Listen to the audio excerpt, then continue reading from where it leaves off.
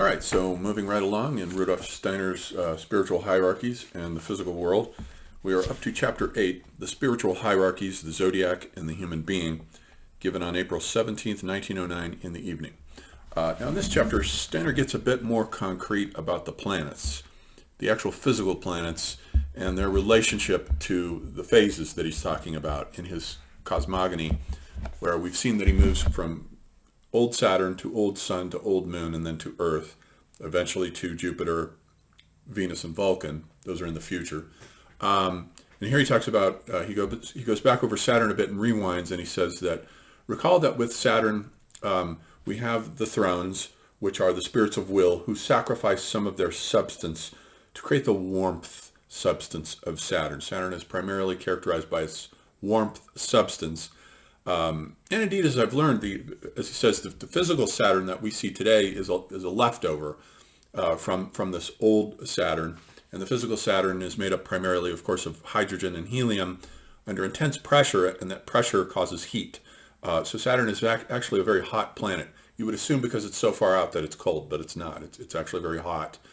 So it is a warmth body, a giant sort of warmth body, which creates the bands that are visible on the physical Saturn, that warmth, that heat. So there are ways in which the actual physical planets do have a relationship with these astral, spiritual, supersensible phases that he talks about with their origins. And he talks about how then the human physical body is formed, or at least the rudiments of it, as a kind of oval or egg-shaped outline that's made up primarily of warmth. And as these little, he calls them little globes, come into being, we can almost imagine the orbit, of course, or the width of this old Saturn is as wide around as where Saturn is now. And as it sort of congeals and these little eggs form from these spiritual beings, the spirits of will forming them, then they rotate. He says they undergo a rotation, so we can imagine all these clusters of egg-like human beings rotating, and as they come around full circle, they stop at the sign, which is represented, as we have seen, the zodiac is represented by the cherubim who surround all this outside of it. And they come to a stop where it's Leo, the lion. And at that point, the lion brings everything to a halt. And the influence of lion, as these beings turn toward the seraphim and cherubim and so forth, the higher hierarchies, the rudiments for the heart is formed, because Leo is associated with the heart. The heart is the sort of king. The center of the body is the lion is the king.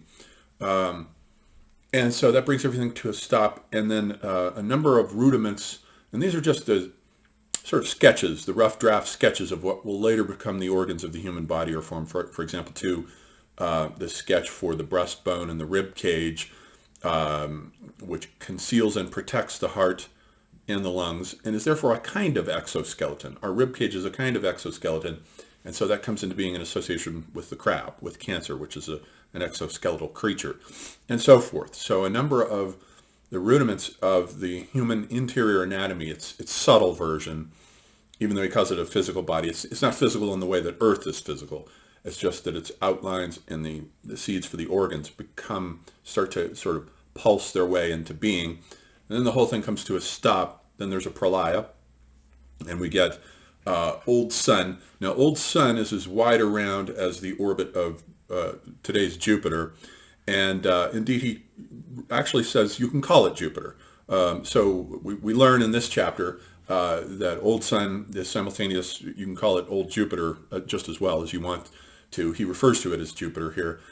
And we move then from the warmth of Saturn, to its densification into gas and air. And of course, today's Jupiter is a fragment from old Sun, he says, and it's made up, just like Saturn is, primarily of gases under pressure. Helium and hydrogen and so forth make up and Jupiter is actually the oldest planet in the solar system, I've learned, and it's by far the largest, and its size may have something to do with the solar system using it as a kind of immune system to absorb planetesimals, bolides, and asteroids that we've seen. Actually, physically, there's footage showing collisions with Jupiter. Its size is that way for a reason. which, whether Steiner is right or not, argues pretty strongly for intentionality, that these outer planets are there the way they are for a reason to protect the inner planets where the spiritual beings know life is going to form on these inner planets, especially not just Earth, but Mars as well. There's pretty good evidence now that there was life at one point on Mars.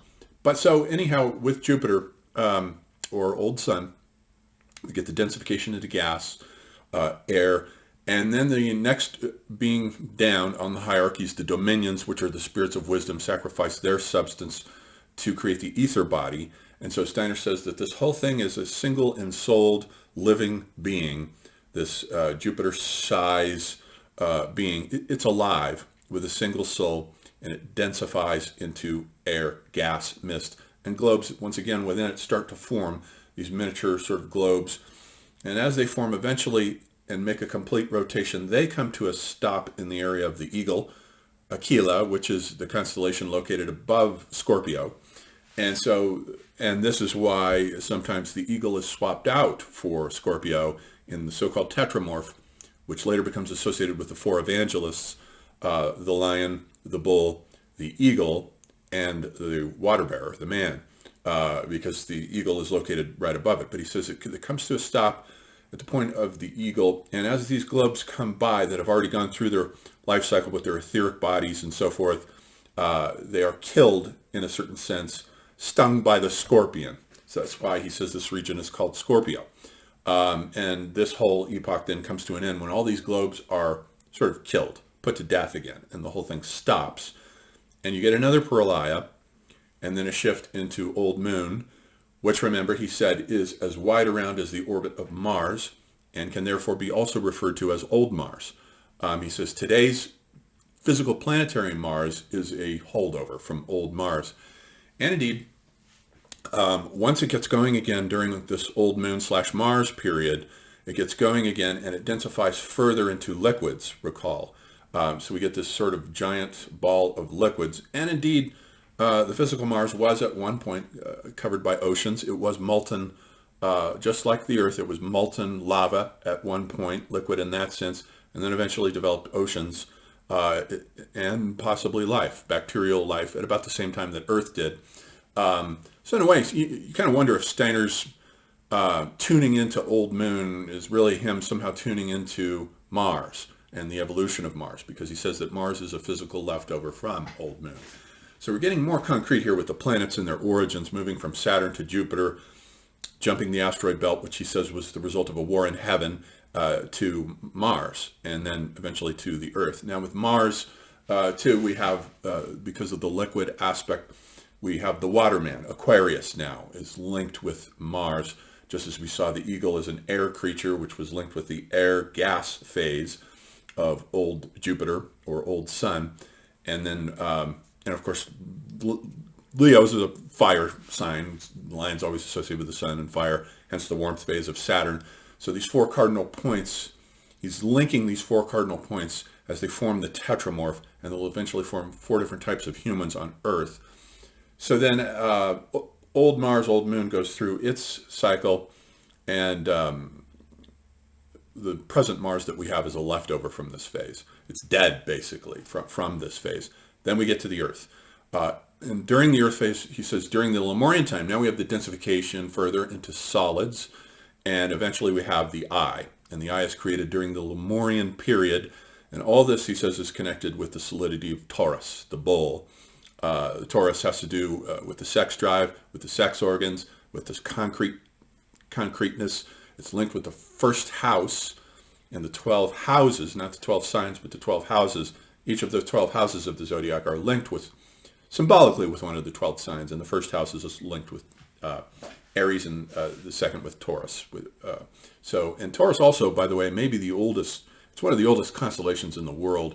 I forget now who the German guy's name was, Michael Rappenglück wrote a book called Himmelskarte aus der Eiszeit, which is a book about Paleolithic art, wherein he found pretty strong evidence that a number of the paintings on the walls of the Paleolithic caves are actually constellations.